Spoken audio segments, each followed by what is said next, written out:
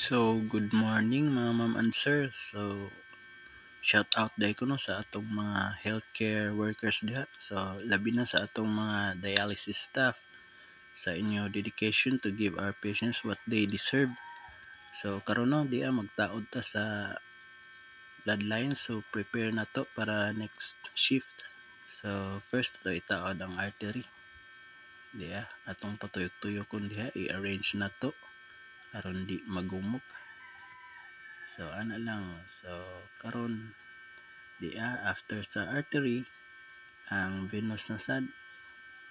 So salute dai ko no sa atong mga healthcare workers.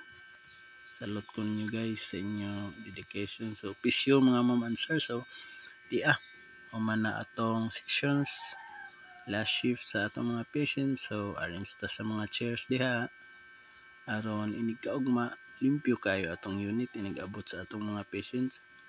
So thank you sa pagtan-aw sa akong video mga ma'am and sir. Till next time na sad.